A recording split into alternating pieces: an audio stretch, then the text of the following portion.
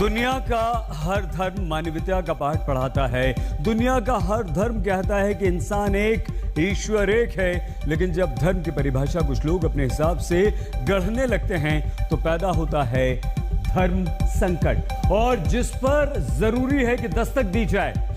नमस्कार, आपके साथ मैं हूं सईद अंसारी। स्वागत है आपका।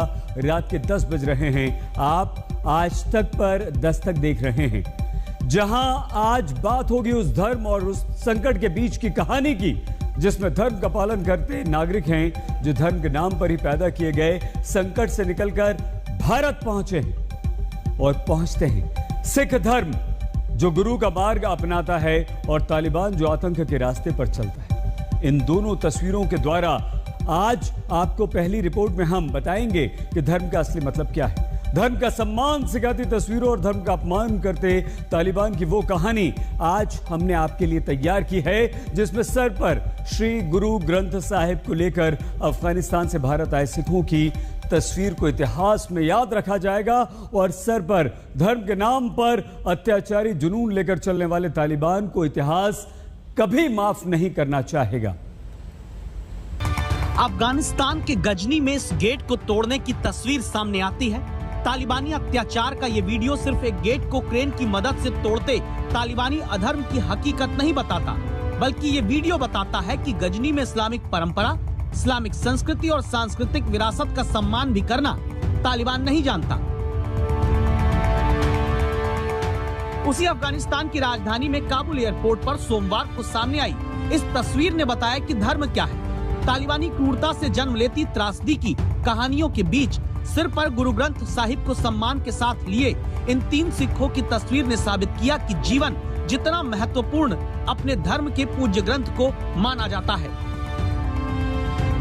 अफगानिस्तान से धर्म और अधर्म के भेद की इस कहानी में जान लीजिए कि पंजाबी भाषा में सिख शब्द का अर्थ शिष्य होता है। सिख ईश्वर के वो शिष्य हैं जो 10 सिख गुरुओं के लेखन और शिक्षाओं का पालन करते हैं। तालिबान का अर्थ है छात्र, लेकिन वो छात्र अपने ही धर्म की परिभाषा अपने हिसाब से गढ़कर आतंक के अत्याचार को जन्म देते हैं।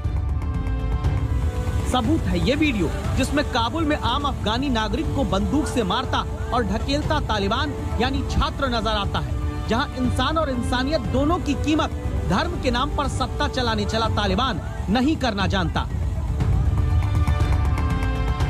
और तब तालिबानी अधर्म को जवाब देती है ये तस्वीर, जहां काबुल से गुरु ग्रंथ साहिब की 3 प्रतियों को सिर पर सम्मान के साथ रखकर चले सिख जब भारत पहुंचते हैं तो केंद्र सरकार के मंत्री हरदीप पुरी खुद सिख धर्म के पवित्र ग्रंथ की अगवानी करने पहुंचते हैं। पूरे धार्मिक सम्मान के साथ अपने सिर पर पवित्र ग्रंथ की प्रतियां लेकर आगे बढ़ते हैं।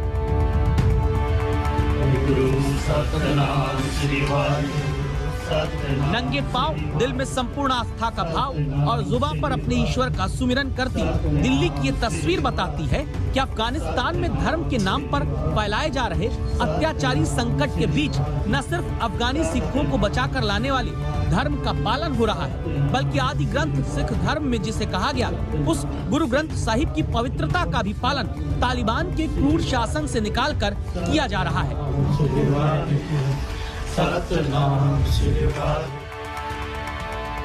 ऐसा क्यों हो रहा है? क्योंकि सिख धर्म में पवित्र ग्रंथ के सम्मान की भी एक पूरी धार्मिक परंपरा है। गुरु ग्रंथ साहिब को जमीन पर नहीं रख सकते, इसलिए लोग इन्हें सिर पर रखकर चले, काबुल से ताजिकिस्तान और ताजिकिस्तान से दिल्ली तक। दिल्ली एयरपोर्ट के भीतर जब आगे आए तो सबसे पहले एक जगह साफ कपड़ा बिछाएं,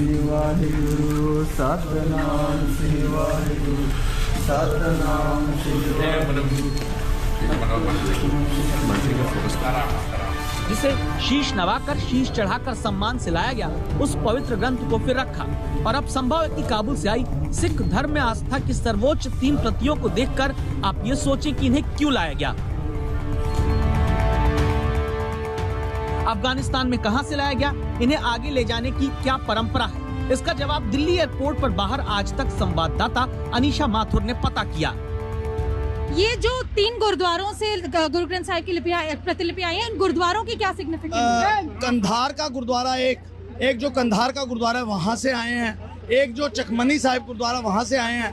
जो गुरुद्वारे लॉक कर दिए गए हैं वहाँ पे उन गुरुद्वारों से गुरु ग्रंथ साहब महाराज के स्वरूप आए हैं। गुरु ग्रंथ साहिब महाराज जी को ले जाने की एक मर्यादा है। उस मर्यादा के अनुसार 5 प्यारे जो हैं वो आगे चलेंगे। उसी मर्यादा के अनुसार गुरु ग्रंथ साहिब महाराज जी को पूरे श्रद्धा और सत्कार के साथ यहाँ से ले जाया जाएगा। पालकी साहिब में कितने लोग मौजूद रहते हैं? पालकी साहिब के अंदर जब पालकी 5 प्यारे जब लेके आएंगे उसके बाद इस पालकी साहिब में सजाएंगे। अब आप सोचिए, धर्म ग्रंथ की 3 प्रतियों के लिए जहां एक तरफ एयरपोर्ट से बाहर ले जाने के लिए वाहन को सजाते हैं, पालकी में 3 प्रतियों को रखकर बाहर लाया जाता है। परंपरा के मुताबिक चावर से सेवा करते हैं, 5 प्यारे आगे चलते हैं और फिर आगे पालकी, जिसे पालकी साहिब कहा जाता है, उसमें रखी 3 प्रतियों को वाहन में रखकर धार्मिक मान्यताओं के मुताबिक कीर्तन भजन होता रहता है।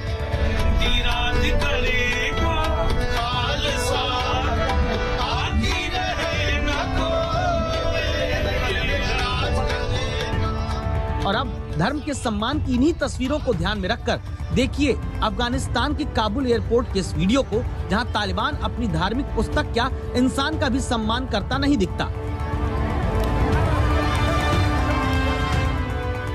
तुलना तो नहीं कह सकते, लेकिन अफगानिस्तान के मौजूदा हालात के आधार पर धर्म और अधर्म के अंतर को दिखाती ये 2 तस्वीरें हैं, जिसमें एक तरफ अफगानिस्तान से आए गुरु ग्रंथ साहिब को दिल्ली में चावर से सेवा की जाती है और दूसरी तरफ काबुल एयरपोर्ट पर खड़े निर्दोष लोगों के बीच मौजूद तालिबान अपना कोड़ा चलाता दिखता है।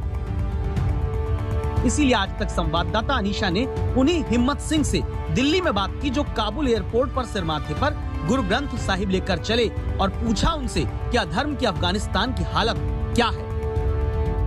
हालात तो ऐसी है, बादशाह कहते थे लड़ाई चल रही है, उनका कोई भरोसा नहीं होता है, फिर भी कुछ बोला नहीं थे, मदद की है निकलने में। हाँ जी, वहाँ तो फोर्स है ना, जो इंडियन भी फोर्स थी और अमेरिका भी, उन्होंने बहुत मदद किया है। फिर वहाँ से आए ताजिकिस्तान से इधर फिर आए। यहाँ आने के बाद एयरपोर्ट से फिर आगे दिल्ली के गुरु अर्जन देव गुरुद्वारे तक हर मान्यता के मुताबिक गुरु ग्रंथ साहब की 3 प्रतियों को पहुँचाया गया।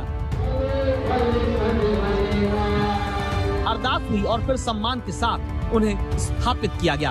अनीशा माथुर और कुमार कुणाल के साथ जितेंद्र बहादुर सिंह, दिल्ली आज तक। और अब उस धर्म संकट पर छिड़ी राजनीतिक दस्तक की बात आइए करते हैं, जिसमें सीधा संबंध आपसे है। वित्त मंत्री निर्मला सीतारमण ने सोमवार को नेशनल मोनेटाइजेशन पाइपलाइन प्रोग्राम को लॉन्च किया है, जिसमें सरकार बुनियादी क्षेत्र की परियोजनाओं को निजी क्षेत्र को एक तरह से किराए पर देगी और उसके बदले अगले 4 साल में 6 लाख करोड़ रुपए की आमदनी करने का लक्ष्य है। कैसे? सरकार के नेशनल मोनेटाइजेशन पाइपलाइन प्रोग्राम के तहत 2022 से 2025 के बीच हाईवे यानी कि देश की सड़कों को निजी हाथों में देकर 1,60,000 करोड़ रुपए जुटाने की योजना सोची गई है। रेलवे के 400 स्टेशन, 90 पैसेंजर ट्रेन समेत 1,400 किलोमीटर का ट्रैक लीज पर देकर 1.5 लाख करोड़ रुपए जुटाने का सरकार का लक्ष्य है, ये टारगेट है। बिजली वितरण सेक्टर का कुछ हिस्सा किराए पर निजी हाथों को देकर 45,200 करोड़ रुपए जुटाने की सरकार की योजना है। इसके अलावा पावर जनरेशन विभाग की कुछ संपत्ति को प्राइवेट सेक्टर के हाथों में देकर 39,000 करोड़ रुपए आएंगे, ऐसी योजना सरकार ने बनाई है। टेलीकॉम सेक्टर से 35,100 करोड़ रुपए सरकारी गोदामों को प्राइवेट हाथों में किराए पर देकर 28,900 करोड़ रुपए। माइनिंग विभाग के कुछ हिस्से को हम अगर सरकार मोनेटाइज कर देगी तो 28,747 करोड़ रुपए। नेचुरल गैस पाइपलाइन के द्वारा 24,462 करोड़ रुपए, यानी एविएशन यानी हवाई अड्डे और हवाई जहाज को लीज पर देकर 20,782 करोड़ रुपए की आमदनी जुटाने की योजना सरकार ने बना रखी है। पोर्ट और स्टेडियम्स जो अब तक सरकारी हैं, उन्हें प्राइवेट प्लेयर्स को देकर सरकारी खजाने में 24,000 करोड़ रुपए लाने का सरकार का प्लान है। तो अब कांग्रेस के पूर्व अध्यक्ष राहुल गांधी ये कहते हैं कि सरकार 70 साल में बनी देश की प्रॉपर्टी को बेच रही है और सरकार कहती है कि किसी को भ्रम में न रखो, सरकार कुछ बेच नहीं रही है। इस धर्म संकट की ये पूरी कहानी देखिए। प्रधानमंत्री ने सब कुछ बेच दिया। नेशनल मोनेटाइजेशन पाइपलाइन, ये आपका भविष्य है।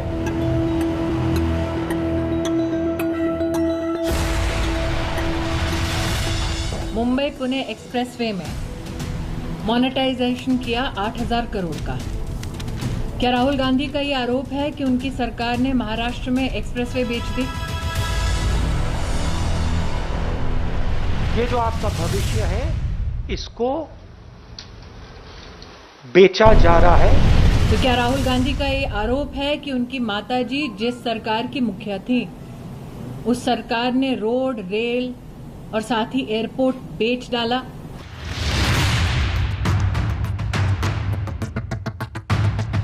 छह लाख करोड़ रुपए का ऐसा प्लान लेकर सोमवार को वित्त मंत्री निर्मला सीतारमण देश के सामने आई, जिसमें दावा किया गया कि सरकार अब जनता के विकास के लिए सरकारी संपत्तियों को बेचेगी नहीं, बल्कि एक निश्चित समय तक निजी हाथों में किराए पर चढ़ाएगी। ऐसा सरकारी दावा है जिसमें सबसे बड़ी रकम हाईवे और रेलवे से आनी है, जिसमें 26,700 किलोमीटर की मौजूदा सड़क और नई बनने वाली सड़कों को मोनेटाइज किया जाएगा।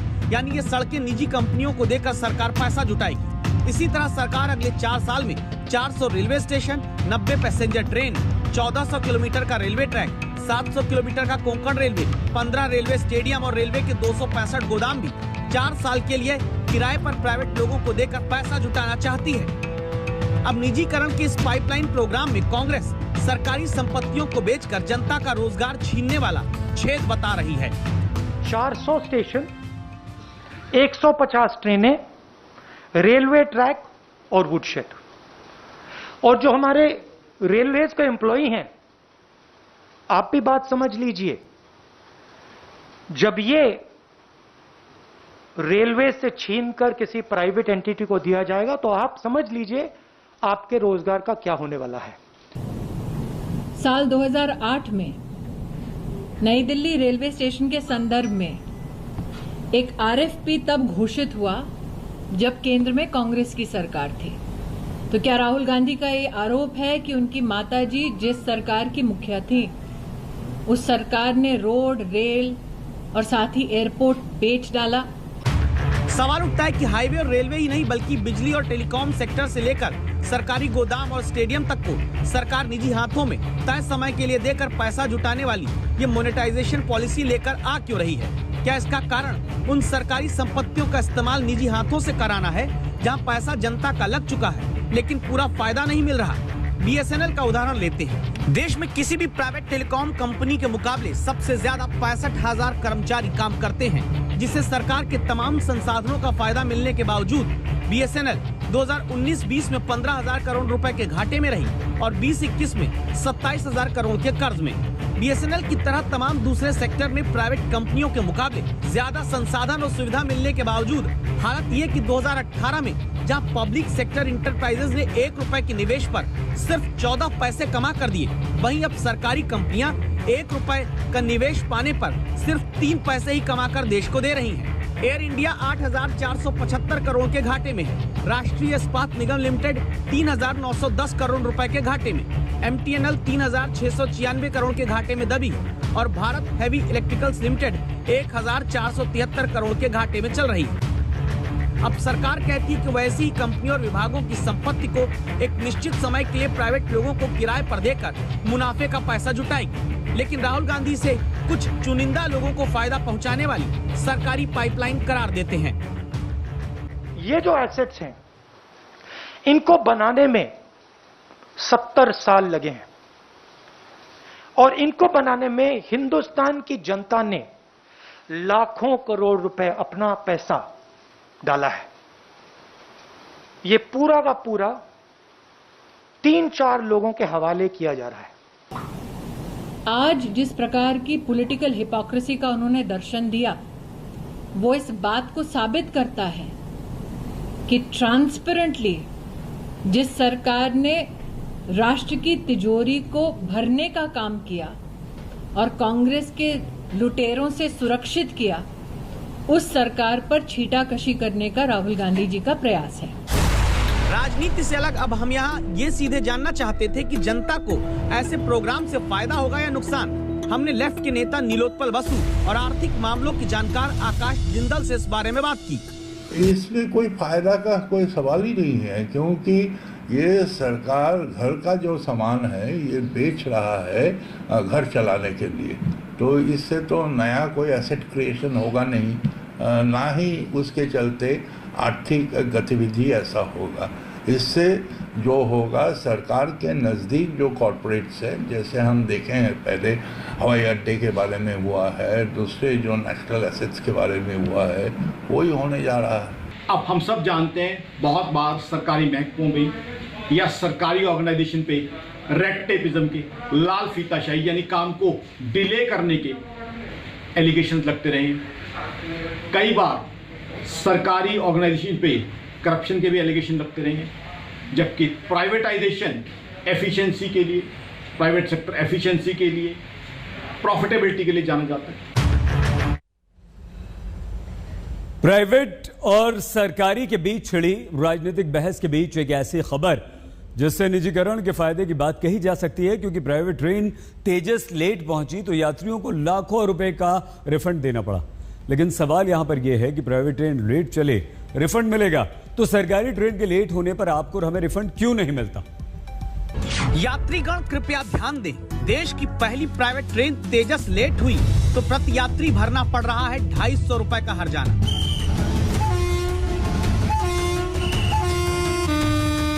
देश में निजीकरण और सरकारी के बीच छिड़ी बहस के बीच इस खबर का अपना एक महत्व है, क्योंकि इस खबर में लखनऊ से दिल्ली के बीच चलने वाली वो तेजस एक्सप्रेस ट्रेन है जिसे देश की पहली निजी ट्रेन होने का तमगा हासिल है। तेजस एक्सप्रेस ऐसी रेल है जिसमें IRCTC का नियम है कि अगर ट्रेन 1 घंटे की देरी से पहुंचे तो प्रति यात्री 100 रुपए दिए जाते हैं। अगर तेजस ट्रेन 2 घंटे या उससे ज्यादा लेट है तो प्रति यात्री 250 रुपए का रिफंड देना पड़ता है। शनिवार को लखनऊ से दिल्ली पहुंचने में तेजस एक्सप्रेस 2.5 घंटे लेट हुई। रविवार को भी लखनऊ दिल्ली तेजस एक्सप्रेस 1 घंटे लेट पहुंची। दावा इस वजह से करीब 2035 यात्रियों को ट्रेन के लेट होने पर कुल 4.5 लाख रुपए का हर्जाना भरना पड़ रहा है। इसमें 1 घंटे की देरी पे 100 रुपए कंपनसेट किए जाते हैं और 2 घंटे से अधिक की देरी पे 250 रुपए कंपनसेट किए जाते हैं। आज इंडियन रेलवे को आप ओवरऑल बोलते हैं कि डिले चलती हैं, सब कुछ है, और कॉर्पोरेट ट्रेन का प्रोविजन इसलिए निकला था कि यहाँ डिले नहीं होगा, सुविधाएं अच्छी मिलेंगी, सब कुछ।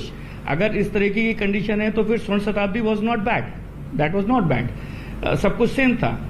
अभी ट्रेन आप पहले प्री इन्फॉर्मेशन नहीं देते हैं। सुनील श्रीवास्तव जैसे 2000 से ज्यादा यात्री तो निजी ट्रेन के लेट होने पर रिफंड पा रहे हैं, लेकिन तब दूसरी सरकारी ट्रेनों में सफर करने और रेल के लेट होने पर वक्त की बर्बादी का शिकार होने वाले यात्री पूछते हैं कि हमारी गलती क्या है, हमारा हर्जाना कहाँ है।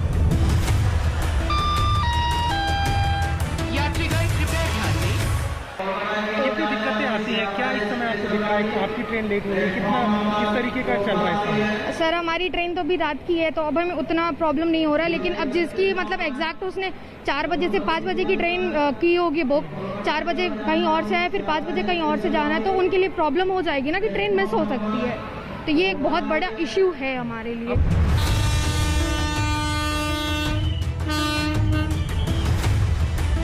पहले प्राइवेट ट्रेन के लेट होने पर इतने यात्रियों को इतने लाख का जुर्माना दिया जाएगा, ये तो सही बात है, लेकिन सवाल यहाँ ये उठता है कि क्या अगर ट्रेन प्राइवेट होगी तभी यात्रियों को हर्जाना दिया जाएगा? क्या सरकारी ट्रेनों में यात्रा करने वाले यात्रियों की समय की कीमत नहीं होती? हर्जाना हर्जाना है और जरूरत इस बात की है कि ट्रेन लेट ही ना हो। लखनऊ से कैमरामैन हरीश कांडपाल के साथ अभिषेक मिश्रा, आज तक। एक बहुत छोटे से ब्रेक के लिए हम यहां पर रुकेंगे। पंजशीर से क्यों डरता है तालिबान, अफगानिस्तान से ये बड़ी खबर दस्तक के अगले हिस्से में आपको दिखाएंगे।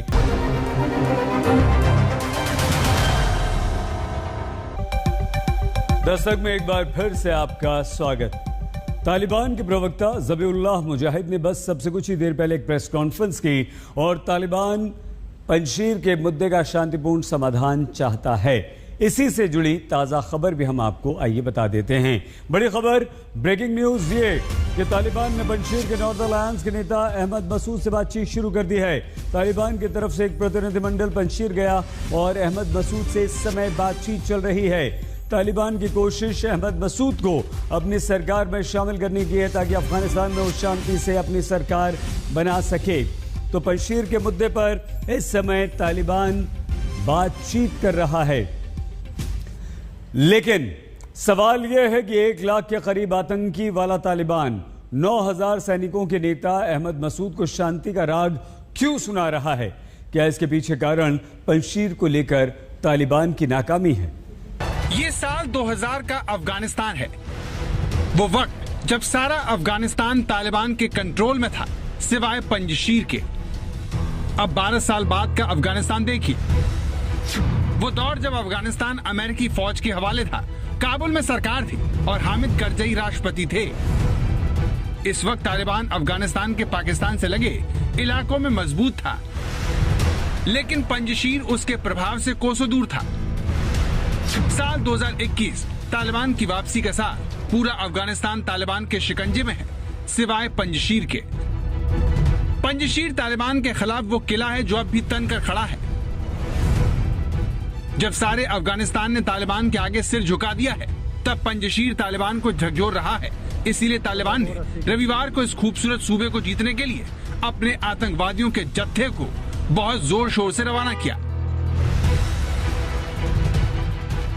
लेकिन तालिबान के आतंकवादियों ने जब पंजशीर में घुसने की कोशिश की तो देखिए कैसे उन्हें उल्टे पैर भागना पड़ा। जैसे ही तालिबान के आतंकवादी ने पंजशीर की धरती पर कदम रखा, आसमान से गोला बारूद बरसने लगा।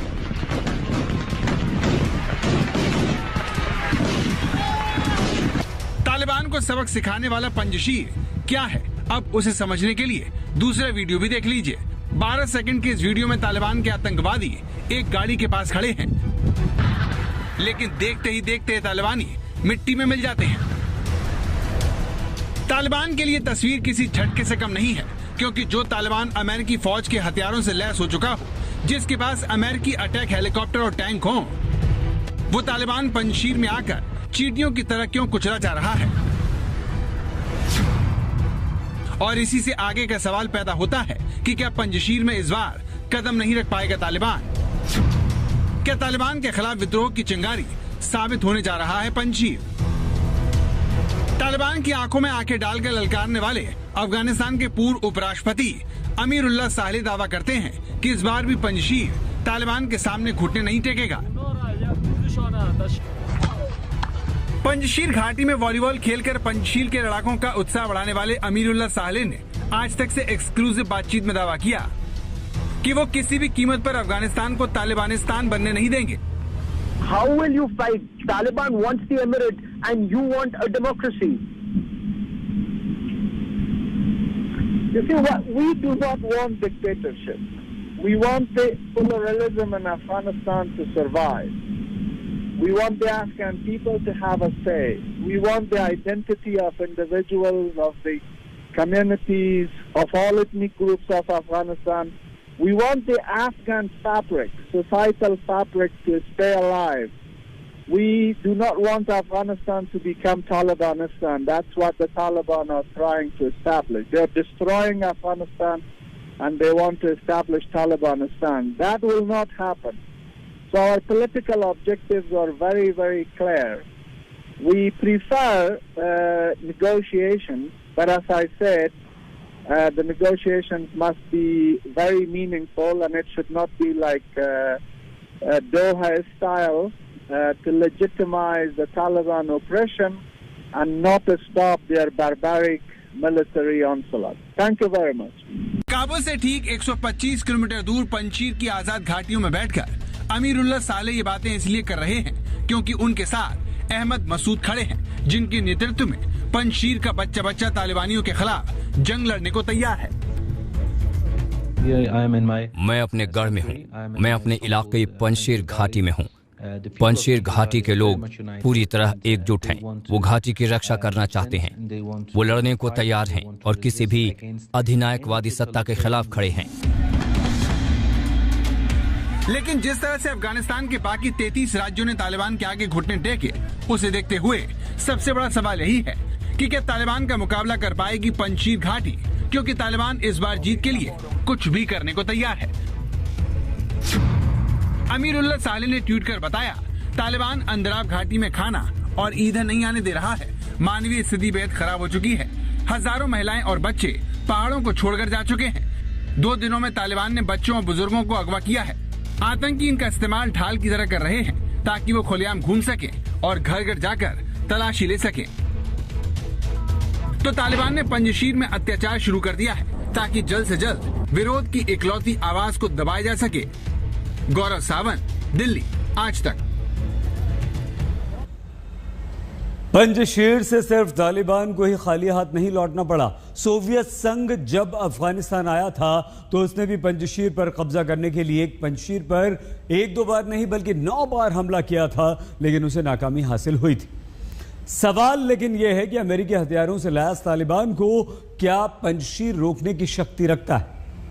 पंजशीर अपने लोगों की बहादुरी के अलावा प्राकृतिक खूबसूरती के लिए भी दुनिया में मशहूर है। ये पूरा इलाका हिंदुकुश की पहाड़ियों से घिरा हुआ है, जहां ये पंजशीर नदी बहती है, जो इस इलाके की न सिर्फ लाइफलाइन है बल्कि यहाँ से घुसने का एकमात्र रास्ता भी है। हिंदुकुश के पहाड़ पंजशीर की ढाल है, जिनसे पार पाने में सोवियत संघ भी नाकाम रहा था। साल 1989 में सोवियत सेना काबुल में दाखिल हुई और सारे अफगानिस्तान ने घुटने टेक दिए सिवाय पंजशीर के। यहाँ सोवियत संघ ने 1980 से 85 के बीच 9 बार हमला किया, लेकिन जीत तो दूर, सोवियत सेना को हर बार पहले से भी ज्यादा नुकसान उठाना पड़ता।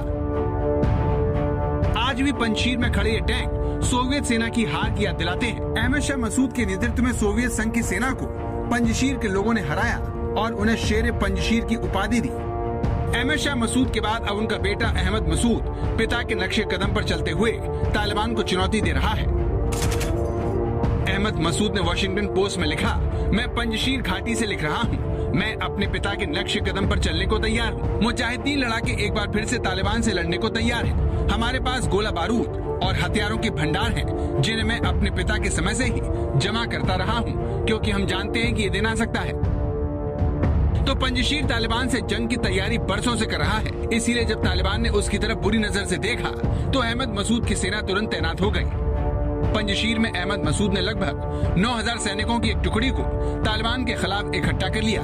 न्यूज एजेंसी AFP ने बताया कि इस इलाके में दर्जनों सैनिक ट्रेनिंग, एक्सरसाइज और फिटनेस प्रैक्टिस करते हुए नजर आ रहे हैं, जिनके पास युद्ध में इस्तेमाल की जाने वाली गाड़ियां भी हैं।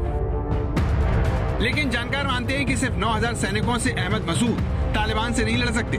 बिना विदेशी मदद से उनका टिक पाना मुश्किल है, क्योंकि तालिबान के पास इस बार ब्लैक हॉक हेलीकॉप्टर जैसे अमेरिकी हथियार भी हैं। जरूरत पड़ने पर पाकिस्तान भी उसके साथ खड़ा हो सकता है। इसीलिए जानकारों की एक राय है कि पंजशीर इस बार तालिबान को चुनौती नहीं दे सकता।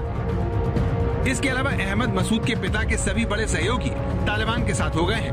अहमद शाह मसूद के सबसे करीबी नेता रहे डॉक्टर अब्दुल्ला भी तालिबान से जा मिले हैं। वो अफगानिस्तान को चलाने वाली 12 सदस्यीय काउंसिल में शामिल हो गए। वहीं किसी समय तालिबान के कट्टर विरोधी रहे गुल आशा शेरजई को तालिबान ने वित्त मंत्री बनाकर अपने पाले में खींच लिया है। ऐसे में सवाल उठता है कि फिर क्यों अहमद मसूद तालिबान को ललकार रहे हैं? तो इसका जवाब रक्षा जानकार संजय कुलकर्णी देते हैं। अब जब नॉर्दर्न अलायंस ने पंजशीर घाटी के अंदर अपना जबरदस्त जज्बा दिखाया है, जिस प्रकार से अहमद मसूद अपने 6000 फाइटर्स को लेकर के तालिबानों से लड़ रहा है और जिस प्रकार तालिबान के तकरीबन 800 फाइटर्स मारे जा चुके हैं, लग रहा है नाजुक स्थिति है। और तालिबान अब सोच रहा है कि 31 अगस्त को वो सरकार बनाने में अब जो नॉर्दर्न अलायंस है उसको लगता है कि they must be able to negotiate from a position of strength, और यही jostling for power जो है वो चल रहा है। तो अहमद मसूद ने तालिबान की चिंता बढ़ा दी है। तालिबान जल्द से जल्द सरकार बनाकर विरोध की आग को दबाना चाहता है। तालिबान जानता है कि पश्तूनों को छोड़कर बाकी लोग कभी भी उसके खिलाफ सड़कों पर उतर सकते हैं। अफगानिस्तान में 38 से 44% पश्तून है। इसके बाद 25% ताजिक, 10% हजारा और 6 से 8% उज़्बेक है। पश्तूनों को छोड़कर अफगानिस्तान के बाकी तबकों में तालिबान के शासन को लेकर आक्रोश है। यही वजह है कि तालिबान बिना विरोध के माहौल को बनाए रखकर जल्द से जल्द सरकार बनाने के लिए अधीर हो रहा है। पंजशीर पर नजर रखने वाले विशेषज्ञ भी मानते हैं कि अहमद मसूद तालिबान की इस कमजोरी का फायदा उठाना चाहते हैं और खून खराबा रोकने की एवज में सरकार में बड़ा हिस्सा चाहते हैं। लेकिन बात न बनने की स्थिति में वो लड़ाई की पूरी तैयारी भी कर चुके हैं। We have told the Taliban, the choice will be yours, and if you opt to fight, we will see you. If you opt to negotiate, we do not want the negotiation to be, as I said, a disguise for soft surrender or expression of allegiance. or acceptance of the Taliban clerical dictatorship. Absolutely no. Panjshir की शुरुआती जंग में भले ही वहाँ के लोग तालिबान पर भारी पड़ते दिख रहे हों, लेकिन इसने वहाँ के हालात को खतरनाक कर दिया है। तालिबानी आतंकवादियों का एक वर्ग बदले की आग में जल रहा है। ऐसे में आने वाले दिनों में अगर पंजशीर में जंग छिड़ी तो बड़े पैमाने पर खून बहना तय है। गौरव सावंत, दिल्ली, आज तक। पंजशीर में भले ही तालिबान को डर लगता हो, लेकिन पंजशीर से 125 किलोमीटर दूर काबुल में तालिबान का खौफ सैटेलाइट तस्वीरों में पूरी तरह से कैद हुआ है। काबुल एयरपोर्ट की ताज़ा सैटेलाइट तस्वीरें सामने आई हैं। इनमें एयरपोर्ट के अंदर से लेकर बाहर तक लोगों की भीड़ ही भीड़ दिखाई दे रही है। और जैसे जैसे 31 अगस्त की डेडलाइन नज़दीक आ रही है, वैसे वैसे लोगों की भीड़ काबुल एयरपोर्ट पर बढ़ती ही जा रही है। और इसकी ताज़ा तस्वीर आपके सामने है। एयरपोर्ट तक पहुंचने वाले सारे इलाके जो हैं वो ट्रैफिक जैम की समस्या से जूझ रहे हैं। दस्तक में आज के लिए बस इतना ही। आप प्लीज अपना बहुत ख्याल रखिएगा। देखते रहिए आज तक।